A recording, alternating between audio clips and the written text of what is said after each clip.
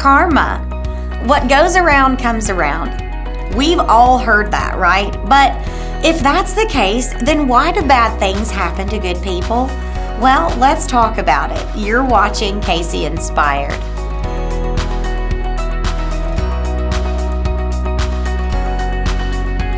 Hey friends, welcome back to my channel. If you're new, I'm Casey Green, and I'm here to encourage and inspire you to grow in your walk with the Lord. So if you're watching this on YouTube, subscribe to my channel, or if you're watching this on Facebook or Instagram, make sure you're following my page at Casey Inspired, because every week I'm posting new blogs and videos that are going to hopefully encourage you and help you to grow in your relationship with the Lord. So let's go ahead and get into the topic of the day. Now, karma is the idea that your destiny is determined by your actions. And this idea is taught by some Christians and also by Eastern religions like Hinduism and Buddhism. And according to their beliefs, suffering, even that of an innocent child, is attributed to sins committed either in this life or even a previous life, therefore justifying their suffering as deserved punishment for sin. So is this biblical? Well, let's look at the story of the blind man in John chapter 9. Now, the Jews during this time believed that blindness, whether from a birth defect or infection, old age, or some other illness, that blindness was the direct result of sin. And some Jews even believed in prenatal sin, meaning that this man could have sinned while in the womb or even before his conception. That sounds kind of like karma, right? Well, Jesus busted that myth when his disciples asked him questions about the man who was blind from birth, asking whose sin resulted in the man's blindness. Was it his own sin or his parents? And Jesus's response to that was neither. Neither this man nor his parents sinned.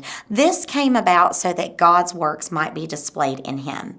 Now, Jesus is not saying that these people were perfect, but what he is saying is that this man's condition was not the result of sin in his life or even the lives of his parents. His condition was used for the glory of God in the right timing.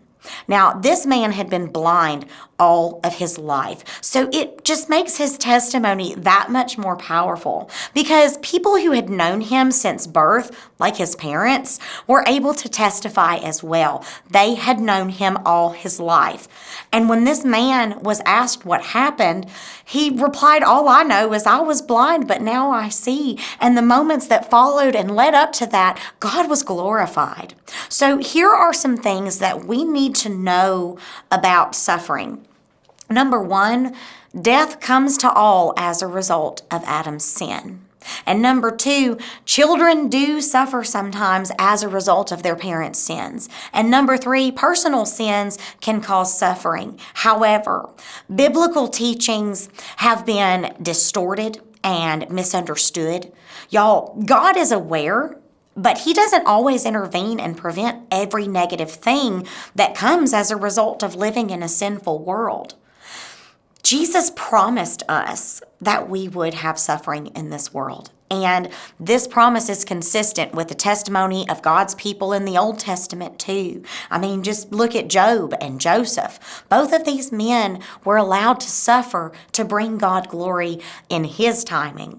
So I wish that I could comfort you with the warm and fuzzies and tell you that if you live a righteous life, you won't suffer. But that's just not the case. Jesus lived a righteous life, and he suffered the ultimate punishment, the punishment that we truly deserve. But it was for our good, and it was for his glory. Jesus said that we are blessed when we suffer for his sake. And 1 Peter 3:14 says, "But even if you should suffer for righteousness, you are blessed. Do not fear what they fear or be intimidated, but in your hearts regard Christ the Lord as holy, ready at any time to give a defense to anyone who asks you for a reason for the hope that is in you." So today, I want to encourage you to use your suffering to offer up a sacrifice of praise. Y'all, it's called a sacrifice of praise for a reason, because there are times when it is hard to offer up praises, but that's why it's a sacrifice. Job, Joseph, the blind man, and even Jesus glorified God in their suffering. God causes the rain to fall on the righteous as well as the unrighteous. We are all created for a specific purpose. And y'all, it's not up to us, the creation, to decide how God, the Creator, will use us. But He did leave our praise up to us. So I hope today that you will praise Him through the suffering. Allow Him to be strong in your weakness. Well, that's all for today. I hope this video has been helpful. If so, make sure you hit the thumbs up and leave me a comment so that I know you're watching. And I will see y'all next week.